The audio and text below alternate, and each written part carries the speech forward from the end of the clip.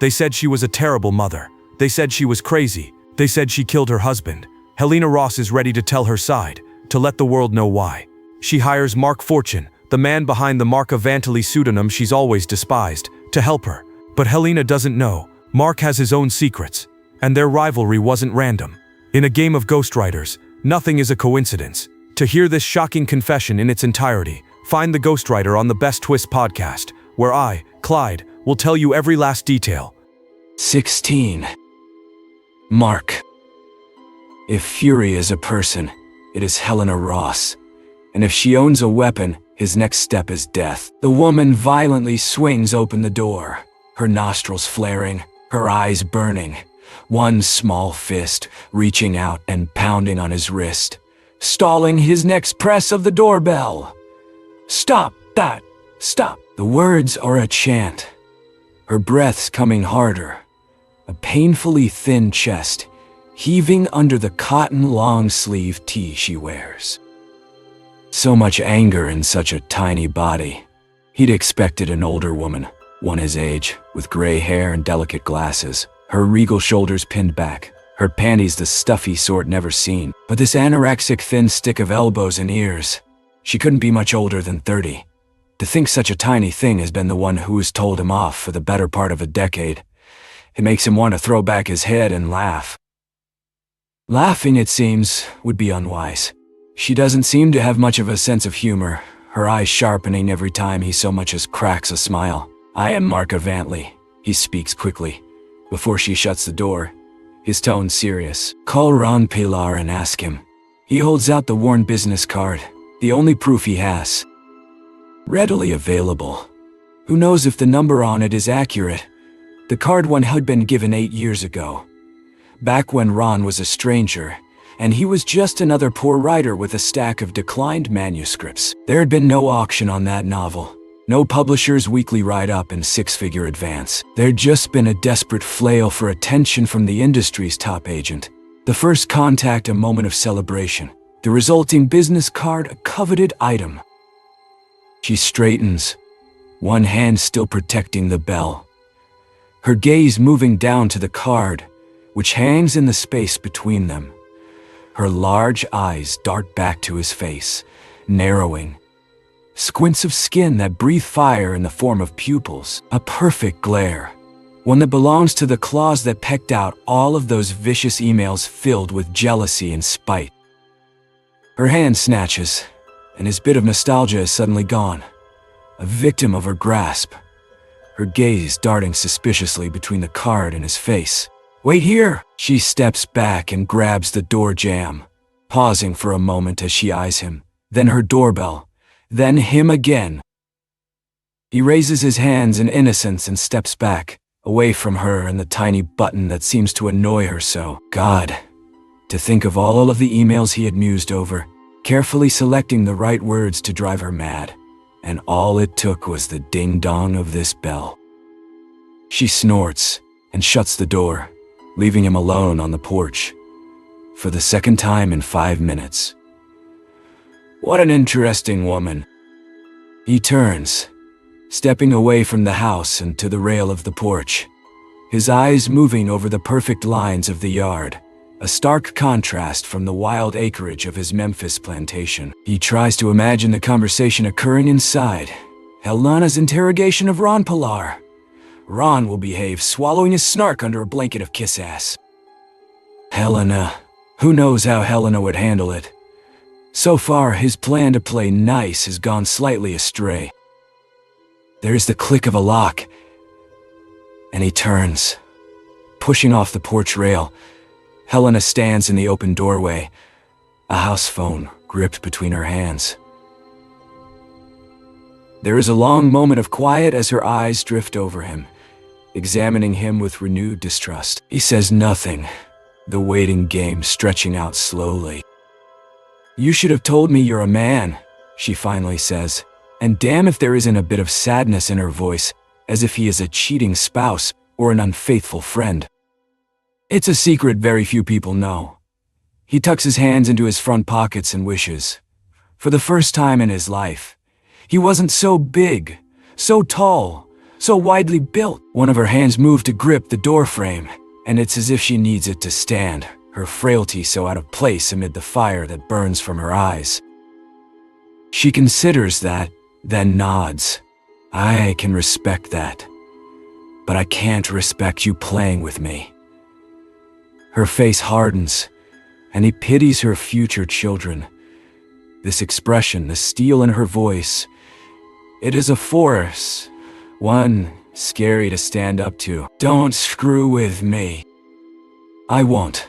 It is a promise he will have to keep, the hurt that permeates the edge of her stance, a familiar pain. In it, he sees his daughter's first tears over a boy, her withdrawal when Stanford rejected her, the crack in her voice just last week when she was snubbed by a friend. This hurt he had caused, all in an immature need to humiliate Helena Ross for pure entertainment.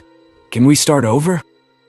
There are small cracks in her facade, a relax of her narrow shoulders, the general untightening of fingers around the phone, her lips parting, a sigh of breath escaping from them. She meets his eyes and nods. Okay, she turns, opening the door and waiting for him to enter. Taking a deep breath, he moves across the threshold and into the house. He had come here to meet Helena Ross and turn her down. Already, he can feel himself waffling. 1/7. My mind can't move off the fact that Marka, the blonde siren of romance, is this crumpled old pile of masculinity. The fingers that drum the table before me, scarred and cracked, with short nails and knuckle hair, are the ones that wrote The Virgin's Pleasure. His eyes, watery blue knives that peer at me as if they can read my soul. They reviewed proof copies of Teacher's Pet. Underneath this thick head of silver and black is the mind that wrote some of the best and worst pieces I have ever read. A man. Had I known, I would never have called him here. A man can't help me tell this story. A man can't, won't, ever understand.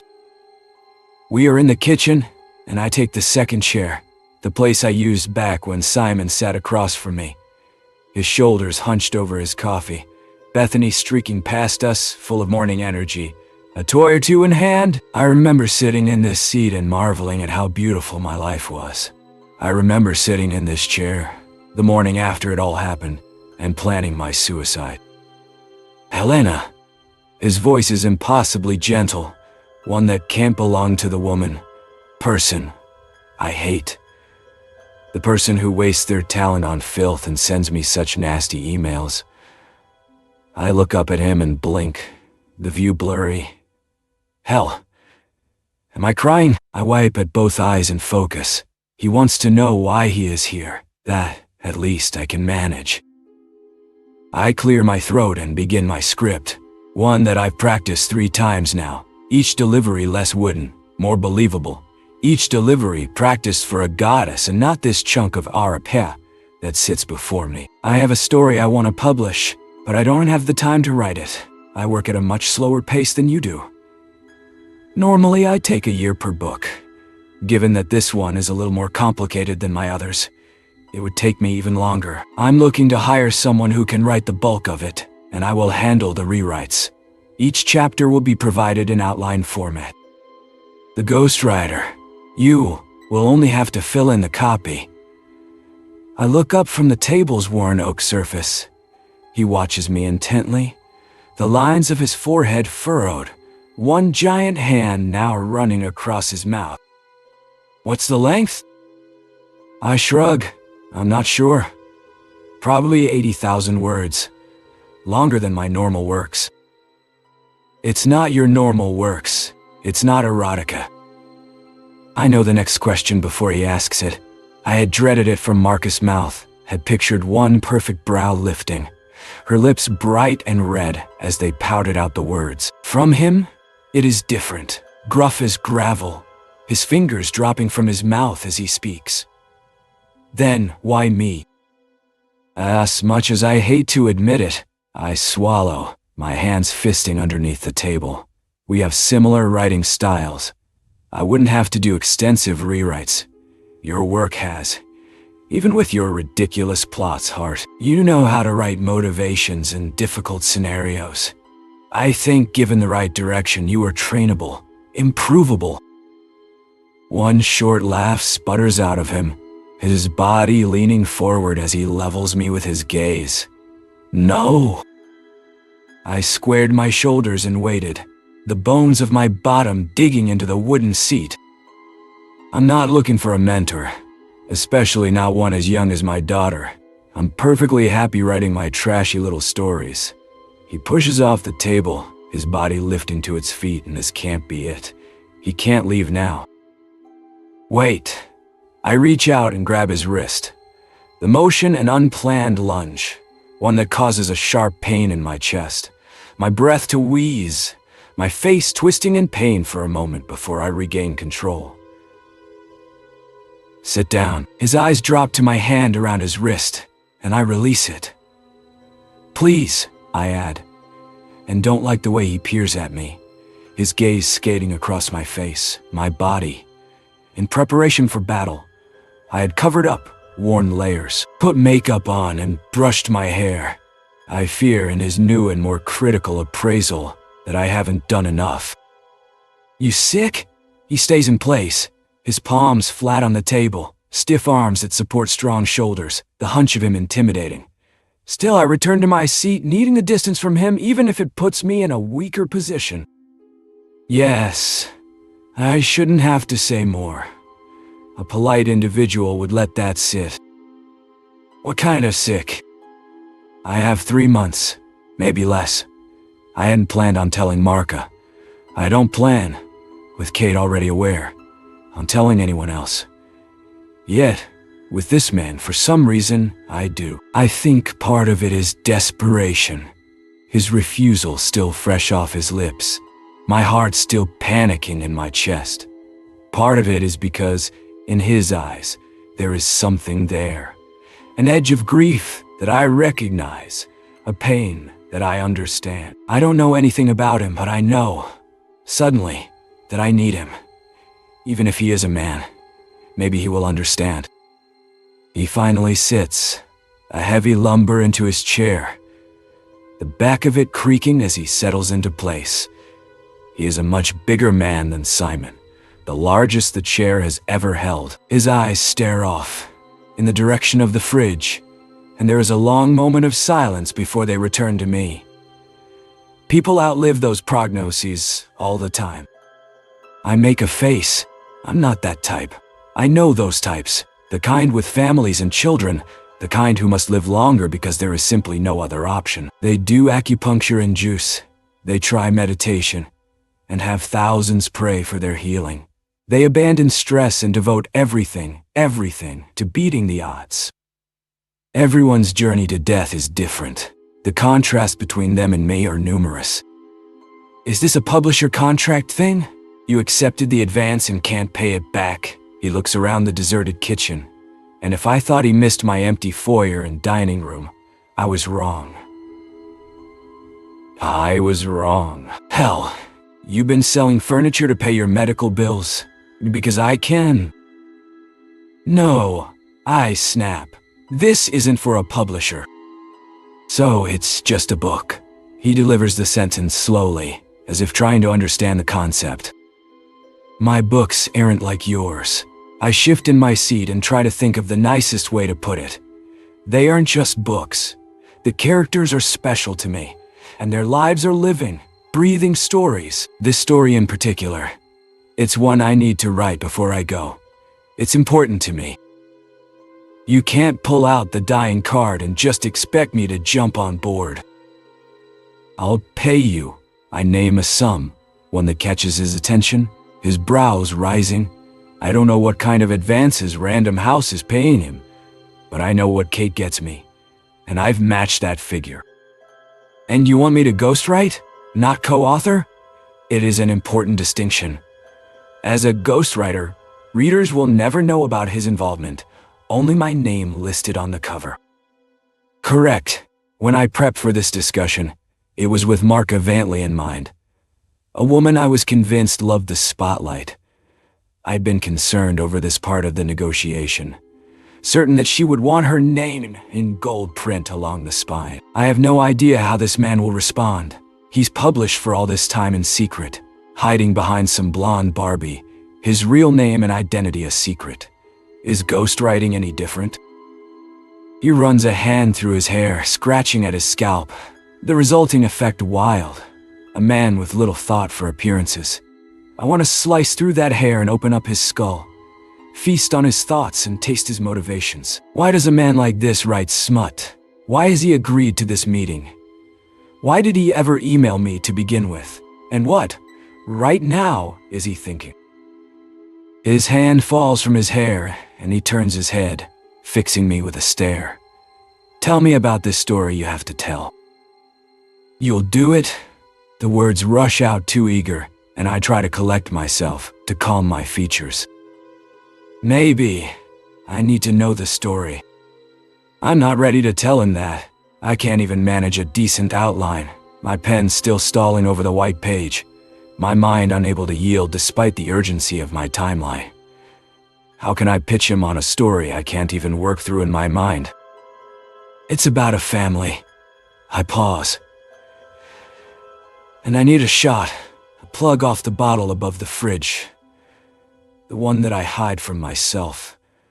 The one that makes me think of her and him. And ending it all. I don't move to my feet, I don't grab the shot glass. The one that sits in the bottom drawer, all by itself. I should. I shouldn't. He is watching me, and I am past due for a sentence. I clasp my hands tightly together, knotting them in my lap. Well, it starts earlier than that. A love story. Guy meets girl, they fall in love. And then, I twist my hands, my knuckles bending, and maybe I could break them. That would distract from this painful conversation, could buy me hours of time, and possibly a few more sympathy points. They marry and have a child. I take a breath, and the next words rush out in one long line of vowels. It's a tragedy. In the end, the wife loses them both. He blinks. Loses? Define that. No, thank you. I haven't pinned down every detail yet. His pupils don't move. Their fix on me almost disturbing in its focus. What? Those are the bones of the story. I'll fill in the holes for you later. I'm still working them out. The response snaps out of me, and I clutch to the sharp tones of the words. Yes, this I can do. Abrupt, snarky. This will keep my fingers from breaking and my eyes clear from tears. It sounds. His eyes finally move. A slow sweep away as if in search for a word. The one that finally comes out would disappoint thesauruses everywhere. Sad. Duh. I straighten in my seat and can feel the end of this conversation approaching. The drone of its finality growing louder. I know it's sad. Something's missing. He leans back, his arms crossing over his chest. What else? I watch his eyes narrow, as if suspecting me of something. That's it.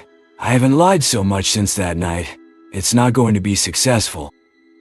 I don't care. There is a freedom in that. This will be the first book that I won't fret over.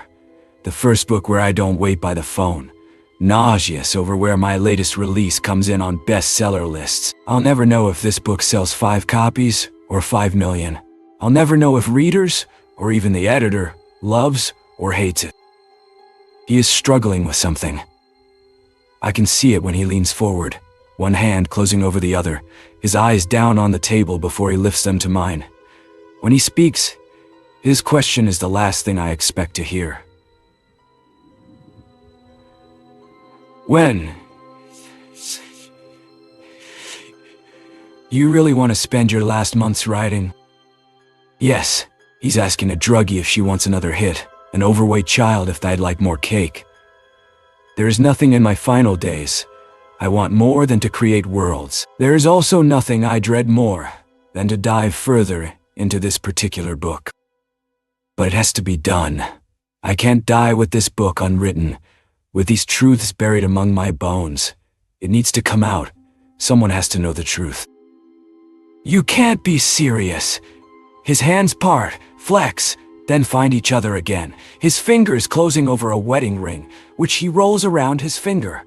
Simon never wore his ring. I should have asked him about it. During one of the 100 times that I noticed it, I should have taken it out of his bedside table and waited to see how long it took him to notice. After he died, I gave mine to a homeless woman, her eyes unmoving as I dropped it into her cup. Sometimes I wonder what she thought when she dumped out her change and saw the diamond. I wonder, when she pawned it, if questions were asked, if the police were called. Mark's hands move. You should travel. Do everything you always dreamed of. Sit on a beach and sip umbrella drinks. Get massages every day and read. Hire some Italian to rub lotion on your feet and screw you into next Sunday. I have to smile at that. You have an unnatural fascination with Italian men. You know that, right? Don't change the subject. I'm serious. The Italian stallion. Then that slutty little novella set in Venice. The one where both guys. The only thing you're proving is how much you obsess over my books, he interrupts. I snort, and the change of topic feels good, the corners of his mouth turning up, a bit of levity in the air. Do we have a deal, Mr. Fortune? $1 million. He raises his eyebrows and glances away. I need to think on it overnight. What is there to think about? I can't lose him. Not now. Not when I've wasted an hour on this meeting, and several more setting it up. Plus, a part of me likes him. His rough edges and quiet manner, even if he did ignore my rules and seems uninterested in my novel. It is surprising given that I don't like many people. In fact, I don't really like anyone. I push forward the contract, the one Kate prepared, 19 pages long, with 9 of the pages devoted to my requests. That's what Kate is calling my rules. Though requests is a terrible substitute, one that poses the items as negotiable, even though they are absolutely not.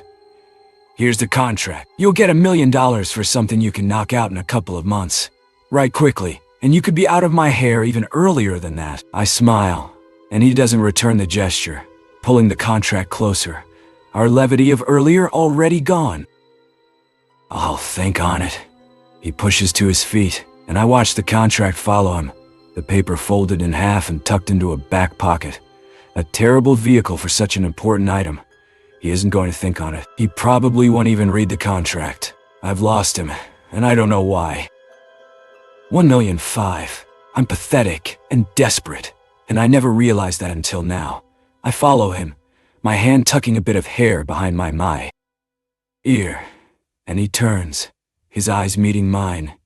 His shoulders sag a little, and if I thought my weak negotiation would empower him, I was wrong. He reaches out and lays a hand on my shoulder, the weight of it heavy, the squeeze of it doing nothing to reassure me, a dump of fuel on my fire of internal panic. It's not about the money, Helena. He releases my shoulder and smiles, a grin that doesn't meet his eyes, his steps toward the front door slow. Then what is it about? I call after him, clutching the chair rail. He stops, but doesn't turn. I haven't said no yet. That doesn't answer my question. He turns, and the afternoon light hits his face, the weathered skin almost pink in its light. I have a daughter, he says slowly. Her name is Maggie. She's 19. Good for you. My daughter's name is Bethany. 3 weeks ago, I should have lit 10 candles on her cake. I straighten, and when I lift my hand from the chair rail, I am still standing. What does that have to do with my book? I wouldn't want her to spend her last months stuck in an empty house, working on a book with someone like me. That's not for you to decide. I step forward, and suddenly I don't. Like this man, it's not really any of your damn business. My name's on this contract. It's my business. He lifts the pages, and I suddenly wish I'd added another short and simple request to it. Don't be an asshole. I open my mouth to tell him off, and instead the truth falls out. The book is about my husband and my daughter. They're gone. I'm dying. I'm sorry that you don't like it, or my agenda for the next 3 months, but this is what is important to me. Their story. It's all that matters to me. I turn my head, looking back at the table. Where we sat, my jaw clenching with the effort it takes to keep my tears at bay. If I look at him, I will fall apart. If I say another word, it will be a sob. He steps toward me and kindness isn't what I want. I can't. 18. Mark. She's breaking. He can see it in the rigid grip of her stance, the clench of jaw, the tremble of her entire frame. He can feel it in the air, the rough pain that emits. And this is so much deeper, so much stronger than her own mortality. In that news, there had been no emotion. In this, she is a raw current. He doesn't know when it happened or how, but grief is a song he is well versed in. There are few ways to comfort a person like this. He was her, gripping his mouth so hard he left bruises when they told him about Ellen. He was her, in the middle of a hospital hall when the orderly touched his shoulder, asking to get by. He was her, when he smashed the man against the wall, when he sobbed into his chest, then tried to punch him again and again, for no reason at all. He steps closer, and she flinches. She blinks, and tears fall. He wants to hug her. He wants to cry for her, but he doesn't know her, and that is the problem. Stop. She lifts a hand, and he does, watching as she closes her eyes, steeling herself, swallowing everything. It can't be healthy, that inhalation of emotion. Then again, maybe if he had inhaled more and drank less, he'd be in a different position, with a lot less regrets. I'm fine. It's a lie if he's ever heard one, but she is stronger when she turns her head, her gaze meeting his, her chin raising. I'm fine, she repeats, almost as if to convince herself. Silence grows between them, the hallway suddenly warm, and he reaches back, touching the contract in his pocket. The terms, unimportant now. Everything rooted in her confession. Will you help me? The words are dead, spoken by a woman who has given up hope. I don't know. He needs to think, needs fresh air and sunshine, and to be out of this miserable house. He needs to drink, to fight, to climb onto a stallion and gallop so hard he loses his breath. He needs to live, and to forget, to abandon this girl and her death wish, her depressingly realistic book. Then, he thinks of his daughter. If she is ever in this situation, if she ever needs help, will he be there? And if not, who will? Who will spend those final months with her? Who will help her with the most important tasks she has left? In that light, he really has no choice. Helena. Okay. He pulls something out of his back pocket, and it's the contract. His steps slow as he walks forward and flattens it against the wall. I watch, and feel the tears start to clog my throat. I'm terrible today. I haven't cried in years, yet I'm now welling up like a fountain. He flips to the last page, and holds the paper there, the other hand pulling at a pocket on his shirt. You'll do it? My heart skips when he pulls out a pen. He crosses out Marka Vantly and writes in his true name, his handwriting tight, and messy, the scrawl of his signature even worse. There is a lot in those pages, I say. You might want to read it. I don't care. He caps the pen with his mouth and returns it to his pocket, holding out the paper to me. I'd like half of the funds up front. Okay, I glance down at the agreement and feel the first crack of relief. The amount is wrong. It still says, "It was kind of you to increase the amount, but I'm not taking advantage of your situation." He steps toward the door. $1 million is more than fair. He is swinging open the door when I get there. and I reach out to stop him. Something needs to be said. Something other than contract logistics. Thank you. I don't know when I last spoke those words. I know that right now. They seem inadequate. 2 syllables that say nothing, yet mean everything to me. He looks down at me, and there is vacancy in his eyes. A lack of connection that I don't understand. It's fine. I've got to go. Some things to do. I've got to go. Some things to do.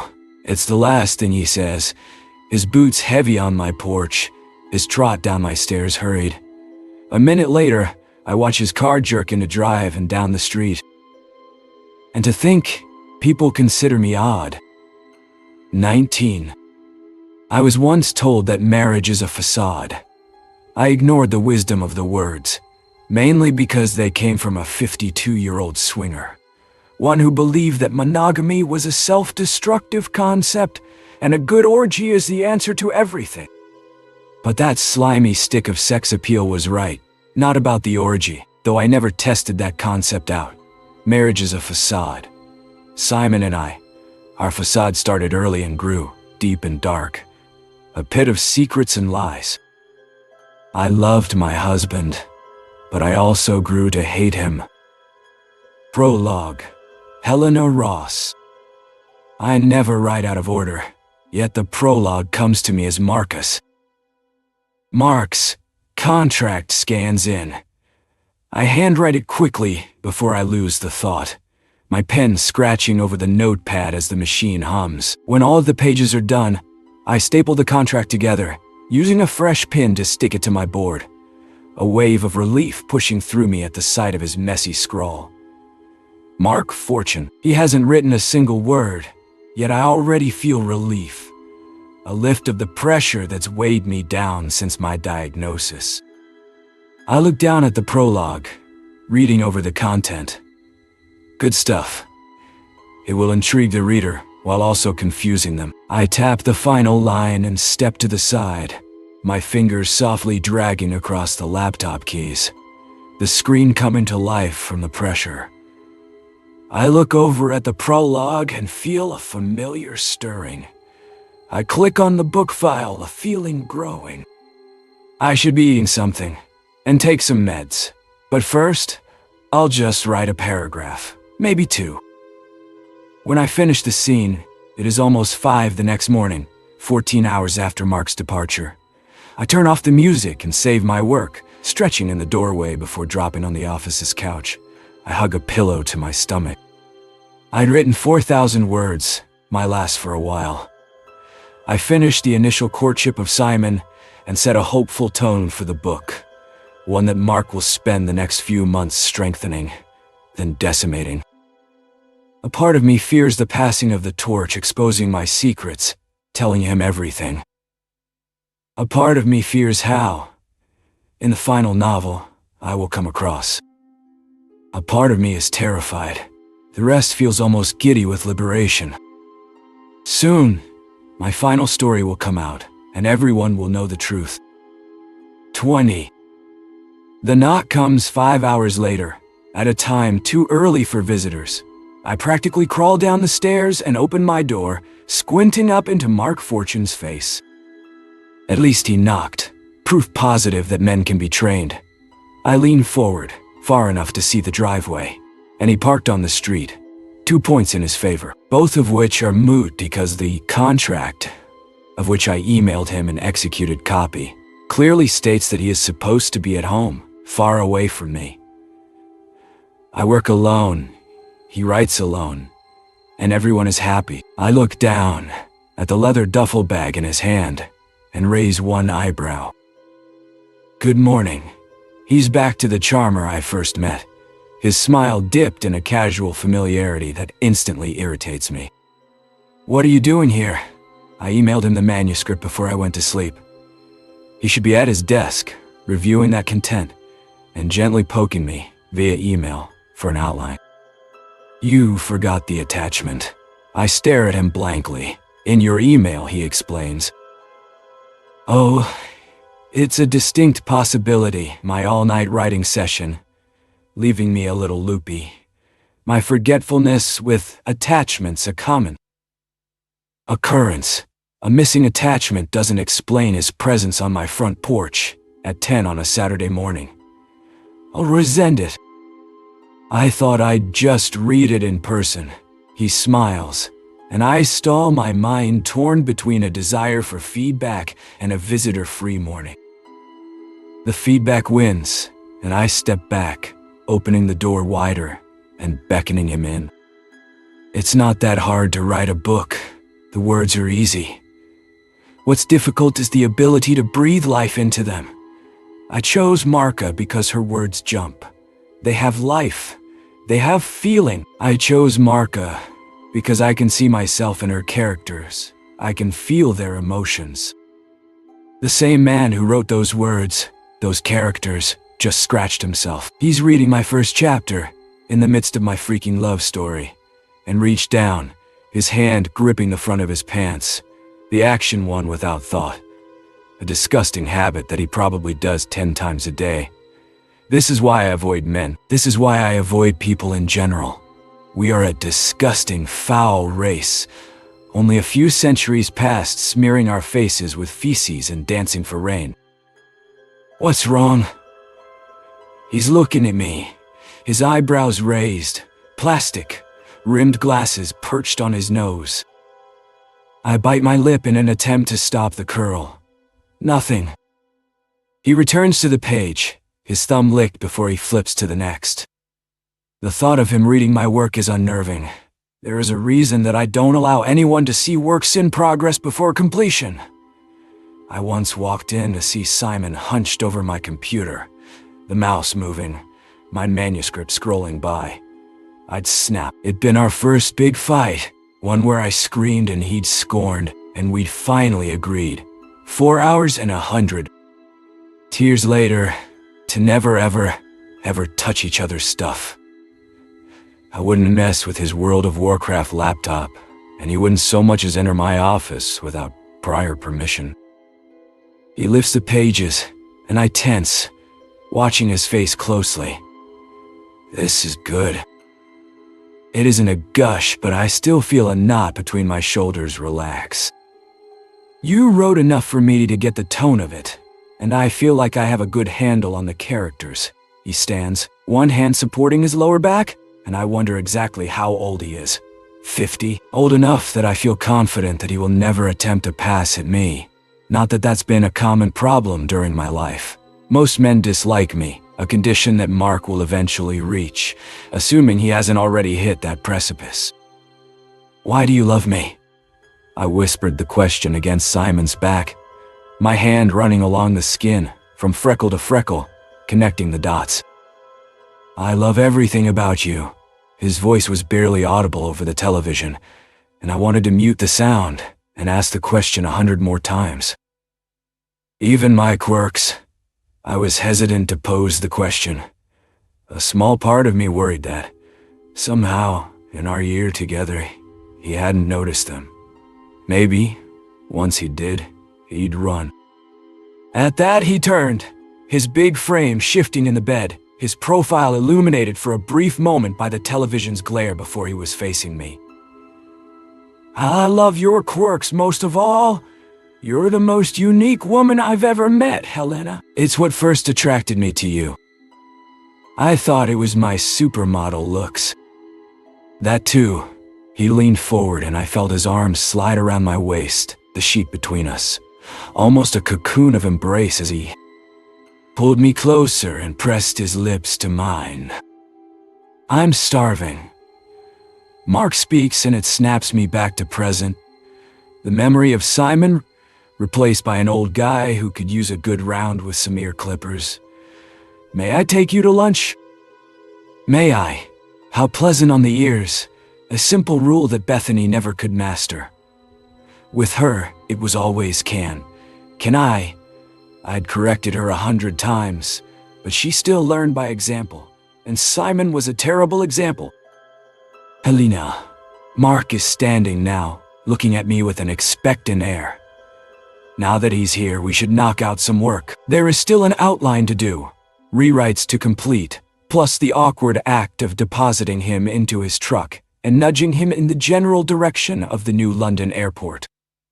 My stomach picks that unfortunate moment to growl. I look down at it and weigh the idea in my head. Okay, I concede. But just a quick lunch. He's barely had this truck, yet it already smells of mail. It's been so long since I've been so close to a man, so long since I spent this much time with anyone other than Kate. And Kate knows my limits. She doesn't press my buttons, and she understands her place. This man is different. He will be a bulldozer. One who slowly grinds over my carcass and then backs up to complete the job. What do you feel like eating? Mark shifts the truck into drive, the lurch of the cab causing me to grab at the door, the other hand tightening on my seatbelt. He doesn't look over. His eyes on the road, his voice calm. Thai. It's an easy answer. A food I have been craving for years. In the life after I eat at home. An easy way to avoid an approach. The sympathetic and slow shuffle of a stranger. Their hands reaching forward for a handshake or hug. An overwhelming need to say something to the widow of Simon Parks. You'd think that, 4 years later, locals would have forgotten, but they have. That's the problem with a small town and a beloved teacher. Anything tragic sticks in their history books. I need an action and reach forward, opening the glove box, finding and pulling out a vehicle rental contract. Mark Fortune, I read, settling back in the bench seat and tucking one foot under my thigh. Sounds like a porn star. Helena Ross, sounds like a librarian. My voice drifts off. My life comprised of little more than books and regret. That shoe kind of fits. I read further. So, Mr. Fortune, you're from Memphis. I eye the top of the contract, one dated yesterday. He stayed the night in this little town just off the Sound, where no one but soldiers and college students live. The wee bit of locals, a hodgepodge of wailing descendants and nosy families. Yep, born and bred. He stops at the exit of my neighborhood, right or left? Left. What's Memphis like? It's nice. I have a ranch on the outskirts. My daughter goes to Ole Miss, so it's close. His daughter. I shift in the seat, remembering that painful fact. She's a freshman? Yeah. He turns to me, the corner of his mouth lifting ruefully. The house is a little empty with her gone. My bad luck continues. A year earlier, and his calloused life would have been busy with teenager drama and prom fittings. He certainly wouldn't be sticking around, sucking up my days with dining and conversation and other time-wasting events. He reaches forward. Flips on the radio, a country song softly rolling out from the speakers. I return to the contract. This thing is $80 a day. A bump in the road jostles the contract and I look up. Turn left. You should have gotten insurance. Insurance is a ripoff. He seems unworried, steering the wheel with only one hand. His eye contact with me unnecessary given our high rate of speed. I distract myself with the page, my stomach twisting when I get to the extension of the rental. This contract is for a month. I shove the pages in his direction. I figured I'd stick around. There is a spot of traffic ahead, and he lifts his foot off the gas, his calmness growing more frustrating by the second. I don't want you to stick around. I mean it, but the words come out flat, as if I'm having second thoughts. I'm not. I want my empty house back. I want my rules and full control over every aspect of my environment. I want something that 2 weeks ago my prognosis stole from me. Once Mark starts writing, I'll be at the mercy of his pen. Can I tell him my story? Can I give him my heart and trust him with it? We come to a red light, and he turns his eyes from the road to mine. I won't get in your way. Just give me a little bit of time each day, and we can knock this out. 2 hours a day, whenever you want. In a month, this could be on its way to the publisher. An entire book, written in just a month. He could do that. It sounds like heaven. to have everything off my chest in that length of time.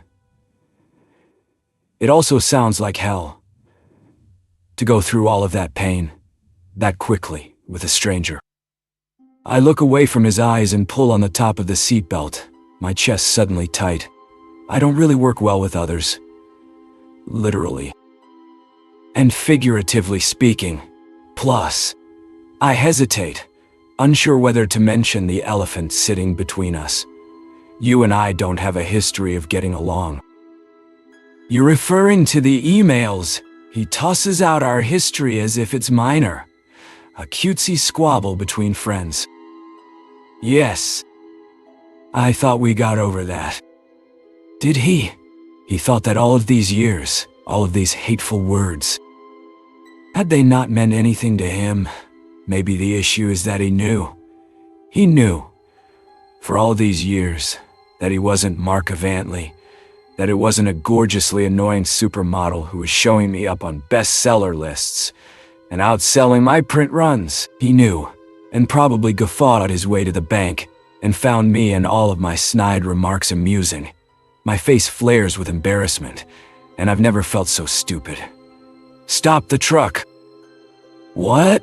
He glances over, his foot not moving from the gas pedal, the truck still humming along at a pace that will surely kill me. What are you talking about? I don't want to ride with you, and I don't want to ride with him either. How could I? Everything I knew about him is false. You're a liar. A liar?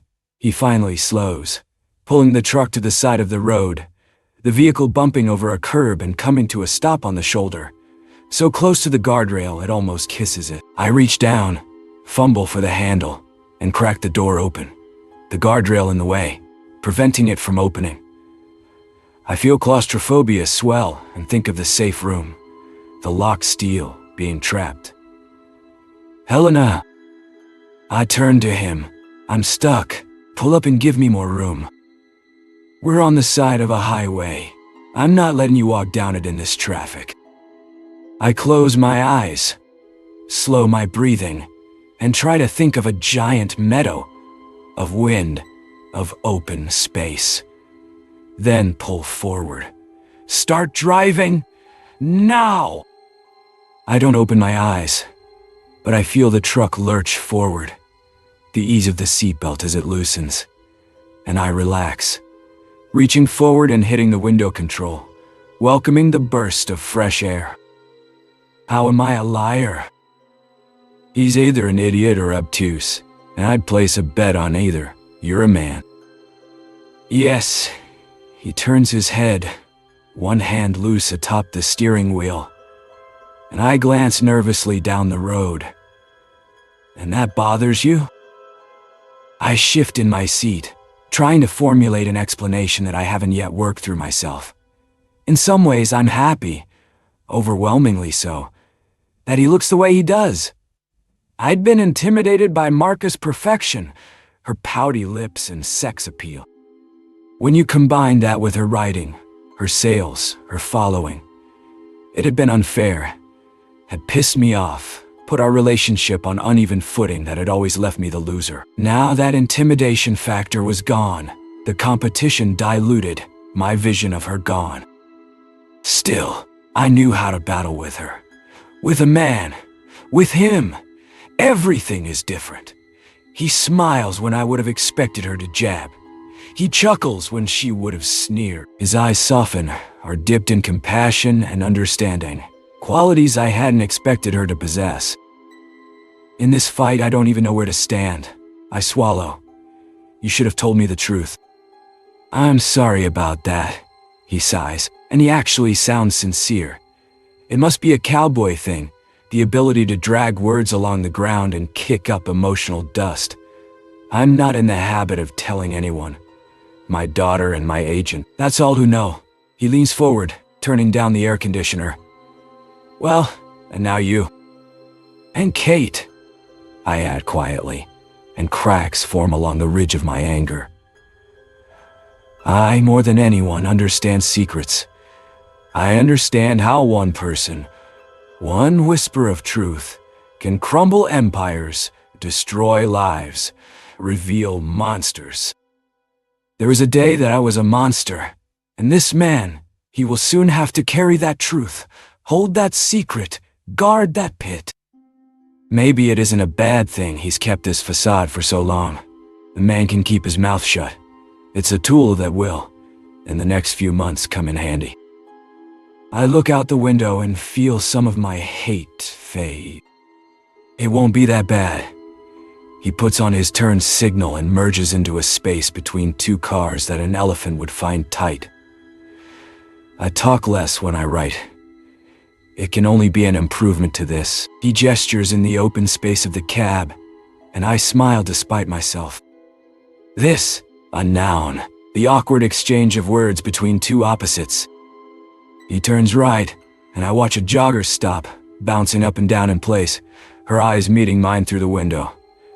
I can't even picture you writing, I admit. The thought of this man hunched over a laptop is amusing. He probably pecks at the keys with his pointer fingers. He probably double spaces the start of each sentence and forgets to save his work. It's a very masculine endeavor, a lot of grunting and flexing. I laugh, the sound barking out of me, and I lift my hand to my mouth to cover the slip. You're not going to take this seriously. It sounds like a dark book, Helena. You're going to need some comic relief at some point. I turn to look at him, and his eyes are soft, the kindness in them clear. It's cute that he thinks he can handle this, that he can take and handle this. My sad story and create a novel from it, but all he knows is that I lost my family. He doesn't understand how. And it's the how that is the most twisted piece of it all.